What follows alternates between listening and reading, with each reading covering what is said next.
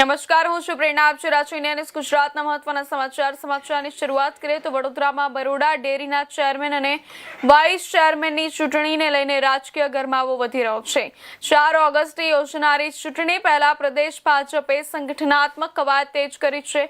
તેના ભાગરૂપે પ્રદેશના નિરીક્ષકો વડોદરા પહોંચ્યા અને જિલ્લા ભાજપ કાર્યાલય ખાતે ડિરેક્ટરો તેમજ આગેવાનો સાથે બેઠક યોજી. બરોડા ડેરીની આગામી ચેરમેન અને વાઇસ ચેરમેનની ચૂંટણીને લઈને ભાજપ સંગઠન એક્શન મોડમાં જોવા મળી રહ્યું છે.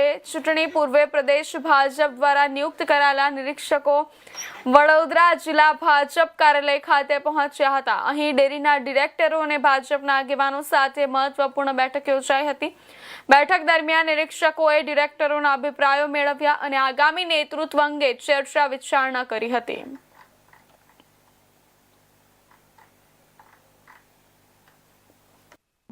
ઘણા સમયથી પાર્ટી ચૂંટણી આપવાનું વિચારી રહી હતી, પણ પાર્ટીના આપ સૌ જાણો છો કે ખૂબ પહેલા સ્થાનિક સ્વરાજ્યની ચૂંટણીઓ આવી, પછી બીજા અગત્યના કાર્યક્રમો આવ્યા અને એટલા માટે જ આવા વરસાદના ટાઈમે પણ 4મી તારીખે આવી છે ત્યારે આ બધું ગોઠવવું. ભૂતકાળમાં પણ ભાજપનું ટર્મ ભાજપની પેનલ હતી ડેરીમાં અને ધારાસભ્યો સામે પડ્યા હતા. આ વખતે કઈ રીતે સમજૂતી થશે? ધારાસભ્યો શું આ ડિરેક્ટરો માટે સંમત થશે કે કેમ? ધારાસભ્યો સામે પડે એવું મારું માનવું નથી. કોઈ પણ સંસ્થા હોય તો ધારાસભ્યનો મત જુદો હોય, એમની માગણી જુદી હોય તો એમને માગણી કરવાનો અધિકાર છે. એ નિયામક મંડળને અનુકૂળ છે કે નહીં, ડેરીના વહીવટ માટે ફાવે તેવું કેમ છે એ પ્રમાણે નિર્ણય લે. સામે પડે એવું કોઈ છે નહીં.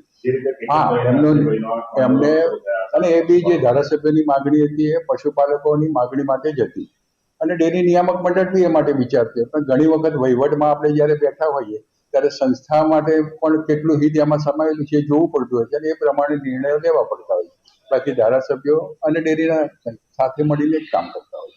વાદ વિવાદ હોય છે. વડોદરા જિલ્લા ખરીદ વેચાણ સંઘની પેન્ડિંગ છે.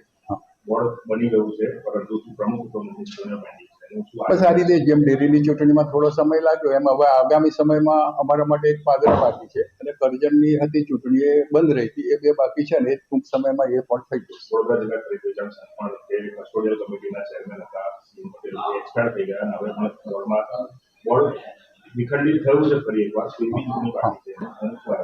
આગામી ટૂંક સમયમાં સ્થાનિક સ્વરાજ્ય કે સહકારી જે કંઈ બાકી છે એ બધી ચૂંટણીઓ પાર્ટી દ્વારા પૂરી કરવામાં આવશે એવું અમને જાણ કરવામાં આવે છે. આગામી 4 તારીખે બરોડા ડેરીના નિયામક મંડળના ચેરમેન અને વાઇસ ચેરમેનની નિમણૂક માટેની મિટિંગ બોલાવવામાં આવેલી છે અને એના સંદર્ભમાં આજે ભારતીય જનતા પાર્ટી તરફથી 3 નિરીક્ષકો અહીંયા ડેરીના ડિરેક્ટરો અને સંગઠનના હોદ્દેદારો અને ચૂંટાયેલા સભ્યોને સાંભળવા માટે આવ્યા છે. નિરીક્ષકોમાં આદરણીય શ્રી પૂર્ણેશભાઈ મોદી સાહેબ, જે ગુજરાત સરકારના પૂર્વ કેબિનેટ મંત્રી છે, શ્રી રમણભાઈ પટેલ, જે અત્યારે ખેડા જિલ્લાના પ્રભારી છે, અને દુષ્યંતભાઈ પંડ્યા, જે બનાસકાંઠા જિલ્લાના પૂર્વ પ્રભારી હતા. તે સૌ ચૂંટાયેલા સભ્યો, ધારાસભ્યો, સંસદ સભ્યો, જિલ્લા પ્રમુખ, પ્રભારીશ્રીઓ આ બધાને સાંભળશે. બરોડા જિલ્લાની સાથે છોટાઉદેપુર જિલ્લો પણ ડેરીમાં સંકળાયેલો છે. એટલા માટે છોટાઉદેપુર જિલ્લાના પ્રભારી, પ્રમુખશ્રી, ત્યાંના ધારાસભ્યો, સંસદ સભ્યોને પણ આ સાંભળશે અને સાંભળ્યા પછી એમનો રિપોર્ટ પાર્લામેન્ટરી બોર્ડમાં આપશે અને પાર્લામેન્ટરી બોર્ડ જે નિર્ણય લેશે એ ડેરીના ચેરમેન અને વાઇસ ચેરમેન